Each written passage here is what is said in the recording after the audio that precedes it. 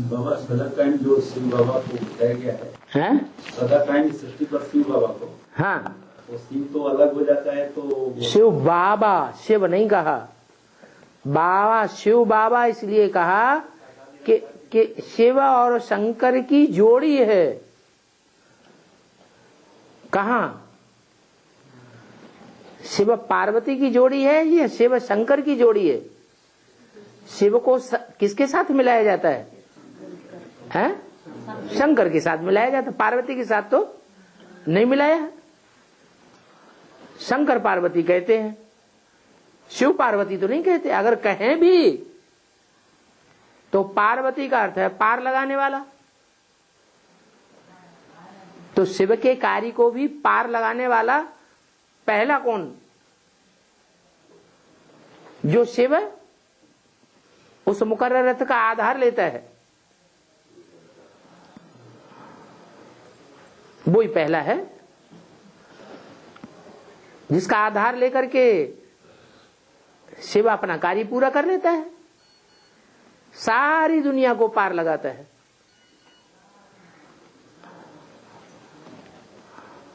इसलिए शिव जिसमें प्रवेश करता है पतित तन में, तो उसकी जिम्मेवारी हो जाती है कि पहले पहले उस पतित तन को पावन बनावे,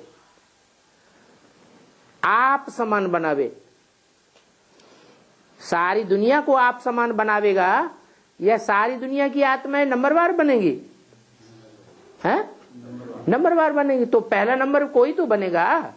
कौन बनेगा? जिसका संग का रंग सबसे जास्ती हो, वो ही बनेगा। तो शिव का प्रवेश जिस रथ में होता है उसको तो सहज हो जाता है याद करना।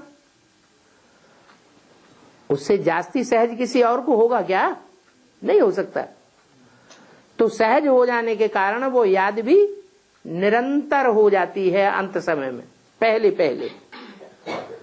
तो जो पहले पहले उस स्पॉट पर पहुंचता है जिसकी रेस है समान बनने की, तो वो शिव समान बन गया।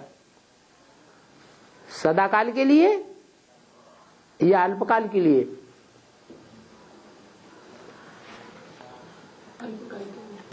अल्पकाल के लिए, माने जब तक संगम है तब तक के लिए। विनाश शुरू हो जाएगा, शिव का कोई कार्य नहीं रहेगा। शिव का कार्य ज्ञान देने का है या विनाश करने का है? विनाश पवित्र आत्माएं करती है या अपवित्र आत्मा करती है? हैं? अपवित्र आत्मा विनाश करती है। जो दुनिया में सबसे जास्ती अपवित्र बनता है वो ही दुनिया के मनुष्यों के बीच में सबसे जास्ती पवित्र बनता है। तो सबसे जास्ती पवित्र बनता है तो टाइटल तो मिल जाता है। क्या टाइटल मिल जाता है? शिव समान। शिव शंकर एक हो जाते हैं, लेकिन हमेशा के लिए नहीं। इसलिए भक्ति मार्ग में शिव शंकर को एक ही समझ लिया है। भक्ति मार्ग में अलग अलग समझते हैं कि एक समझते हैं? एक समझते हैं, लेकिन क्या वास्तव में एक हैं? पहले जन्म में सतयुग में जब पहुंचेंगे मुकर्रर रथ वाली आत्मा, तो क्या एक होगी? एक रस तो नहीं होगी। कुछ न कुछ नीचे गिरती कला में आते रहेंगे, लेकिन औरों के मुकाबले गिरती कला कम होगी या जास्ती होगी? हैं? कम होगी। इस्लाम धर्म में जाने वाली जो बीज रूप आत्मा है वो तो व्यभिचारिणी है स्वभाव संस्कार से ही। इसलिए द्वापर युग शुरू होते ही वो सबसे जास्ती पतित बन जाती है। ऊपर से आने वाला धर्म पिता इब्राहिम किसमें प्रवेश करेगा? जो सबसे जास्ती उस समय पतित होगा उसी में प्रवेश करेगा। ऐसे तो नहीं कि राम वाली आत्मा और राम के फॉलोअर्स में प्रवेश कर सके। तो जो सूर्यवंशी आत्माएं हैं वो अंत तक अपनी स्टेज को मेंटेन करके रखती हैं। इतनी जास्ती पतित नहीं बनती। इसलिए बोला इस सृष्टि पर सदा कायम एक शिव बाबा है, और जो आदि सो अंत भी है। आदि में विष्णु, संगम युग में ऊंचते ऊंच पार्टी किसका है? शिव को छोड़ दो, वो तो एक्स्ट्रा ऑर्डिनरी हो गया।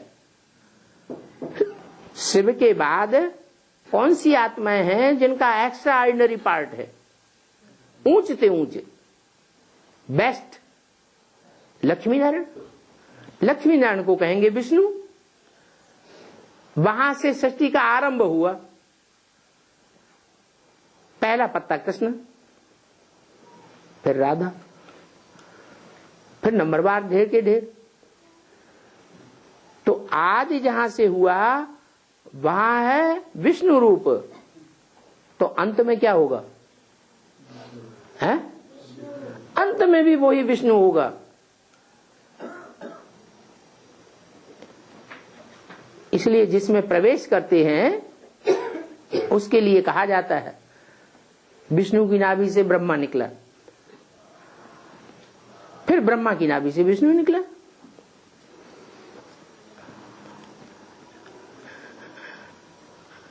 बाकी ऐसे नहीं है कि सुप्रीम सोल इस सृष्टि पर सदा कायम है, नहीं, वो तो परम धाम वासी है। वो तो थोड़े समय के लिए भी इस सृष्टि पर आता है तो भी बुद्धि योग से ऊपर रहता है कि नीचे रहता है? वो तो सदैव ही ऊपर का वासी है। मन बुद्धि को ही आत्मा कहा जाता है। मन बुद्धि से वो कभी नीचे आता ही नहीं। उसका नाम ही है अच्युतम। च्युत माने नीचे गिरना। उसका नीचे गिरने का स्वभाव है ही नहीं। और